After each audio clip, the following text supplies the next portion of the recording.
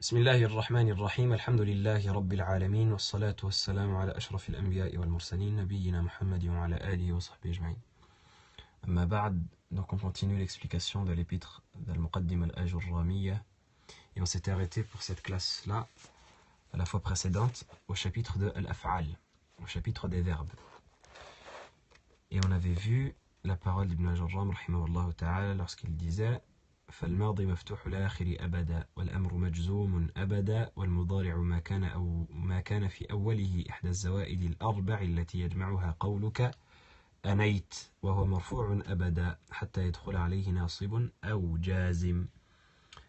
Donc on a vu la parole d'Ibn Ajurram rahimahullah ta'ala où il divise les verbes en trois catégories, donc al-madi, al-mudari' et al-amr.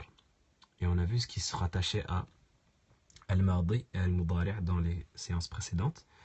Et aujourd'hui, Inch'Allah Ta'ala, on a vu ce qui se rattachait à Al-Mardi et Al-Amr dans les séances précédentes. Et aujourd'hui, Inch'Allah Ta'ala, on va se consacrer à Al-Mudari'. Donc Al-Mudari', l'auteur il dit, ou Al-Mudari', on avait commencé à en parler de cela la fois précédente un peu. Il dit والمضارع ما كان في أوله إحدى الزوائد الأربع التي يجمعها قولك أنيت. Donc qu'est-ce que c'est que al-mudari'? C'est un verbe qui comporte ou qui peut accepter au début une des quatre lettres du mot anayt. Donc on a dit soit le alif, soit la hamza, pour être plus précis, soit la hamza, soit le nun, soit le ya, soit le ta. Soit la hamza, soit le nun, soit le ya, ou soit le ta. C'est ces quatre lettres-là qui viennent se greffer devant le mudari' et qui le caractérisent. Donc on a par exemple, si un verbe au mardi, il a ces trois lettres. Et au mudari', qu'est-ce qui va le distinguer justement du mardi ou du mudari'? C'est le fait qu'au mudari' il prend une de ces lettres de anayt en plus. Donc je disais, si un verbe au mardi il a ces trois lettres, c'est SES. Donc il a ces trois lettres initiales. Si c'est un fi'al thulathi, bon après ça sort de sarf. Mais s'il a ces lettres initiales et qu'ensuite on lui rajoute une lettre en plus au mudari' de ces quatre lettres là anayt, c'est ce qui montre que c'est un mudari' justement. Comme par exemple قال qui devient en mudari' أقول يقول نقول تقول, etc. Donc ça encore c'est compris, il n'y a pas de problème à cela. Mais ce qui va être intéressant, c'est la partie qui suit. Il dit وهو مرفوع أبدا حتى يدخل عليه ناصب أو جازم. Donc il dit le fi'l mudari' il est tout le temps marfou' jusqu'à qu'influe sur son état grammatical de rafa' ce qu'on appelle un nasib ou un jazim. Ce qu'on appelle un nasib ou un jazim. Qu'est-ce que c'est que un nawasib et al jawazim? C'est deux types de particules qui viennent devant le fi'l et qui lui donnent soit l'état de nasb, soit l'état de jazm. Donc vous voyez que là on a résumé les trois états grammaticaux qui peuvent concerner le fi'l mudari'. Quand au mardi et au amr, on a dit ils sont mabni, pardon. Mais le mudari' qui lui est mu'rab, donc est soumis aux changements grammaticaux, on a à la base il est marfou' et ensuite il peut se transformer en mansoub ou en majzoum en fonction de la particule qui vient influer sur lui avant la position du fi'l dans la phrase. Donc on va commencer par un nawasib. Donc vous avez compris que nawasib, ce sont les particules qui causent l'état de nasb, donc qui font que le fi'l devient mansoub comme on l'a vu dans le chapitre de l'Irab. Donc qu'est-ce que c'est ces nawasib là? Il dit قال رحمه الله فالنواصب عشرة وهي أن ولن وإذن وكي ولام كي ولام الجحود وحتى والجواب بالفاء والواو وأو. Donc les particules qui causent le nasb, ce sont ces 10 particules-là. Soit an, soit lan, soit idhan, soit kay, soit lam kay, soit lam al-juhud, ou hatta, ou la réponse à hatta par al-fa ou al-waw ou aw. Donc c'est celle qu'on va voir incha'Allah ta'ala ici. Mais tout d'abord, avant de les traiter,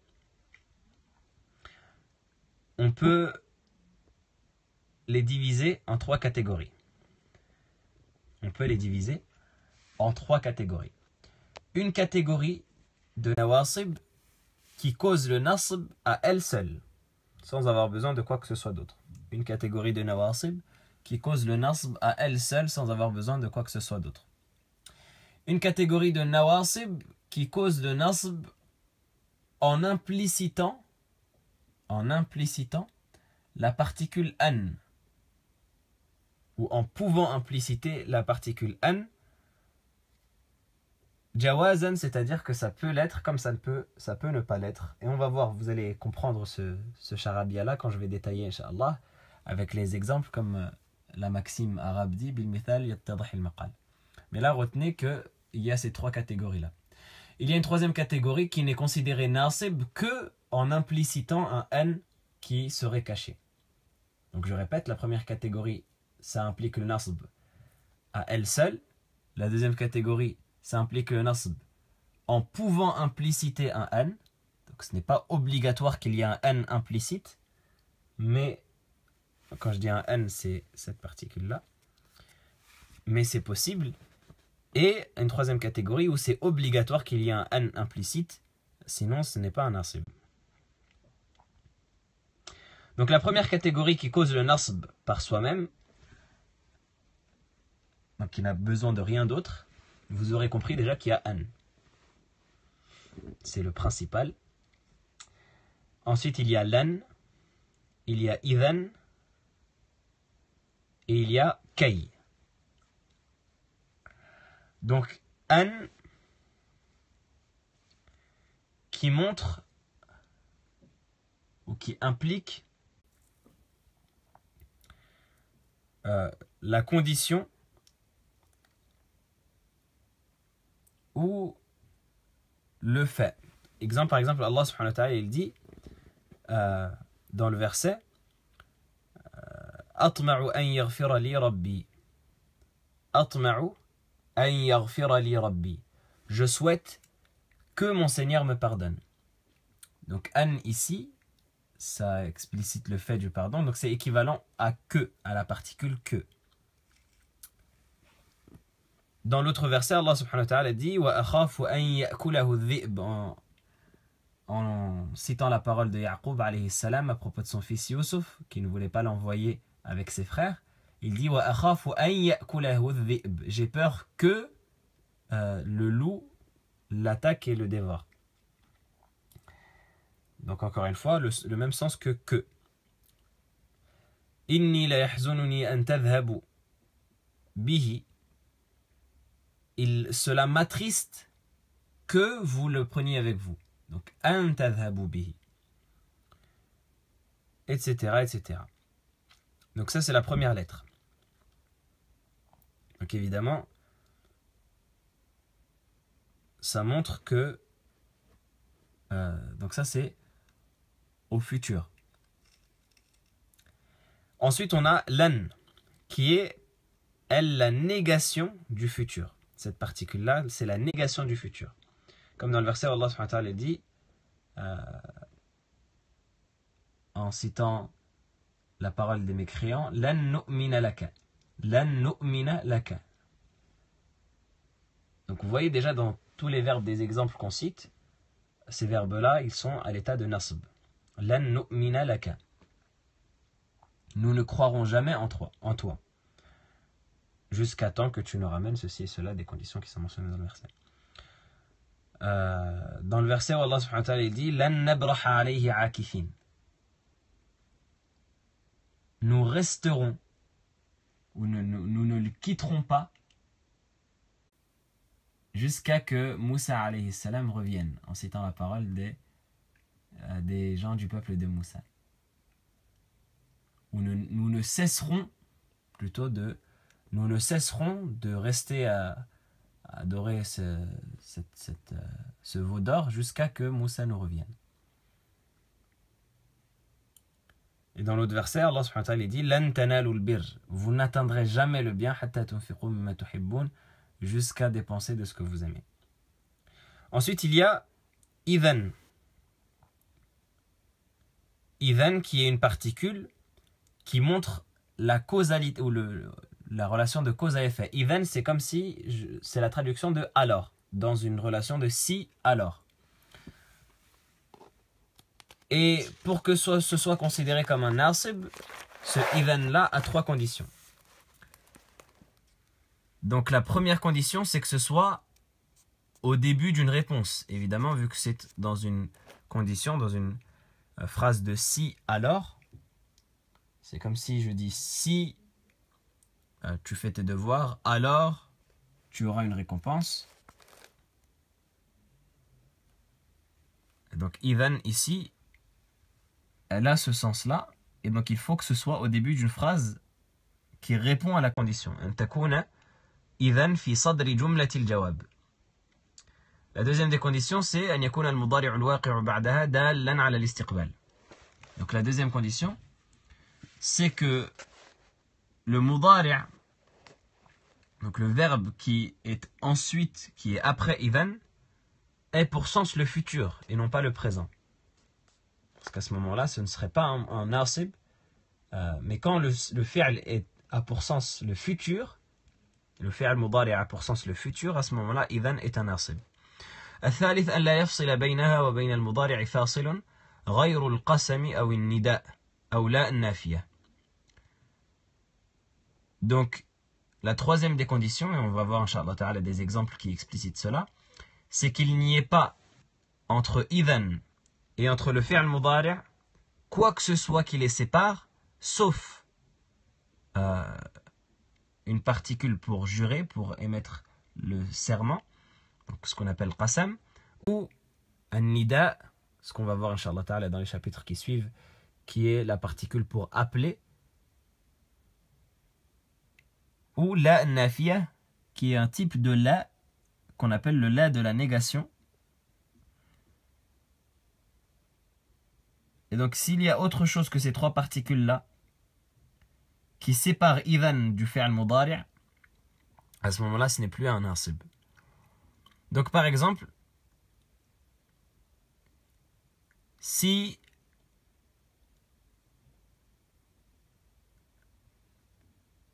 je dis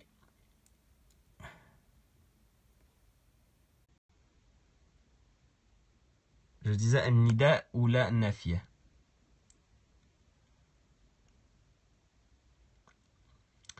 Si je dis en arabe سأجتهد في دروسي comme l'exemple ici mentionne, ou سأقرأ القرآن, سأقرأ القرآن, ou سأطلب العلم. Donc ça, tout ça c'est des phrases qui impliquent un sens, et ce sens-là peut accepter une réponse dans le sens où je peux répondre à ce moment-là tu seras gagnant, et c'est cela le sens de idhan, alors tu seras gagnant. Donc la réponse en arabe ça va être idhan, par exemple idhan tanjaha, idhan tanjaha.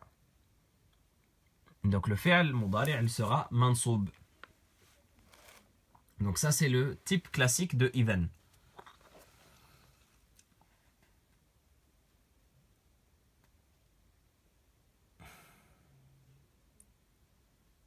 Dans un exemple,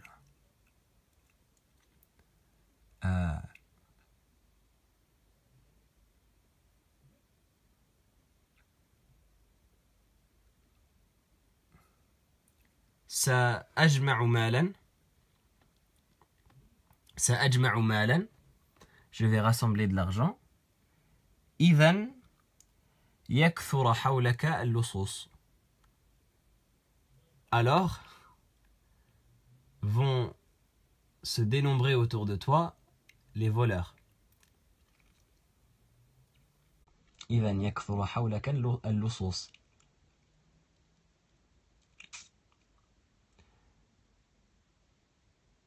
سأتزوج, je vais me marier. إذن تشيب. à ce moment-là, tu vas avoir des cheveux, alors tu auras des cheveux blancs. Donc toujours dans cette réponse-là à la phrase.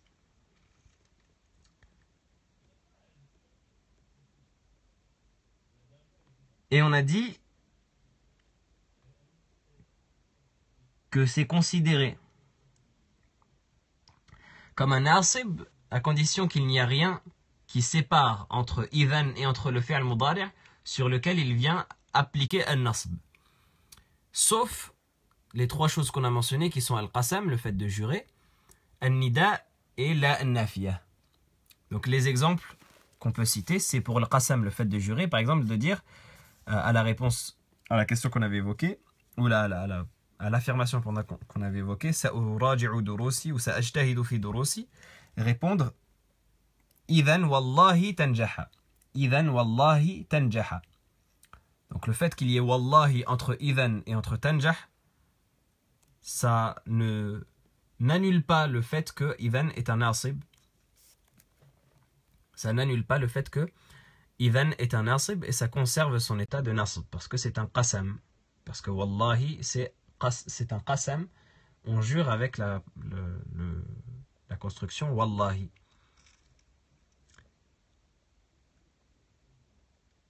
Également pour an-nida. An-nida, on a dit, c'est le fait d'appeler. Donc c'est en arabe le fait de dire ya fulan, oh un tel.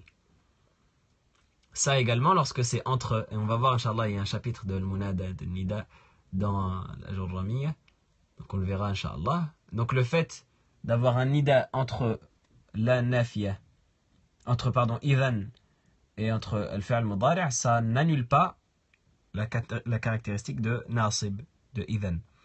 Donc si je dis par exemple idhan ya Muhammadu tanjaha, idhan ya Muhammadu tanjaha.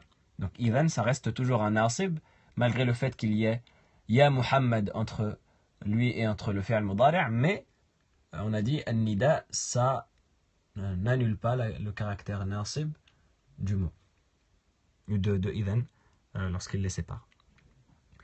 Et pour la nafiya, donc le la de négation, le la de négation, c'est un la qui va venir justement devant le fi'l mudari' pour nier son sens. Pour nier son sens. Donc ça ne va pas être quelque chose qui va séparer entre idhan et entre le fi'l mudari', mais ça va venir se greffer à le fi'l mudari' pour nier son sens. Comme par exemple si je dis sa'aqra'u lan uraji'a durusi, donc je ne réviserai pas mes cours, et je réponds à la personne idhan la tufliha, ou idhan la tufliha ou la tanjaha,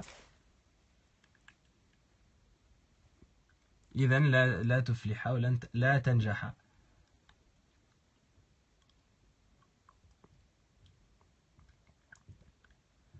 Ou si par exemple à l'inverse je dis sa'atasaddaq et qu'on me répond idhan la yakhiba sa'yuk, ou idhan la yadi'a maluk.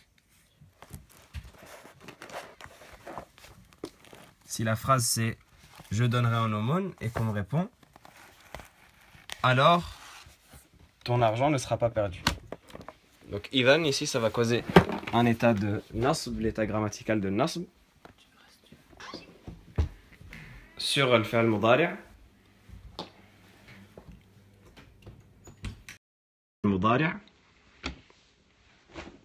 malgré le fait qu'il y ait la nafiya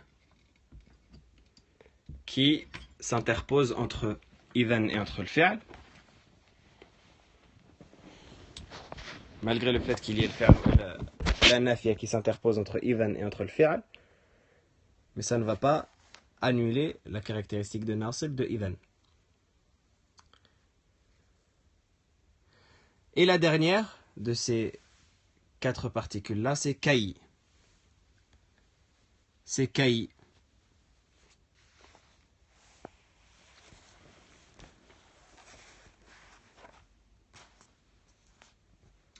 Kay, ça implique la raison de l'action qui est faite et qui est entreprise. Kay, ça implique la raison de l'action qui est faite et qui est entreprise.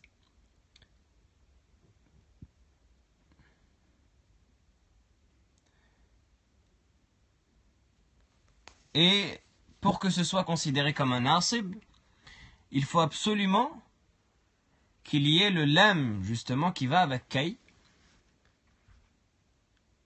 et qui va justement impliquer cette raison-là. Donc, c'est la construction li-kay qui, au final, implique le but d'une œuvre. Par exemple, je dis atasaddaqu likay adkhula al-jannah. Mais il existe une forme où le lam peut disparaître et ne plus aller devant kay, ne plus apparaître devant kay, mais être sous-entendu et implicité. Et donc dans cette forme-là, exclusivement, kay est considéré comme un nasib. Allah subhanahu wa ta'ala, il dit dans le verset kay la yakuna dulatan bayna al-aghniya'i minkum. Kay la yakuna dulatan bayna al-aghniya'i minkum. Vous voyez bien que yakuna ici est mansoub. À la base c'est yakunu et on a mis une fatha qui montre qu'il est mansoub parce qu'il y a kay avant. Et pour que kay soit considéré comme un nasib, il faut qu'il y ait le lam implicité devant.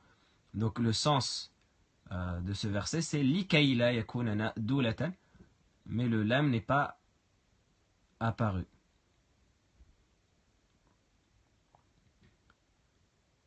Donc s'il n'y a pas de lam, ni implicitement, ni explicitement,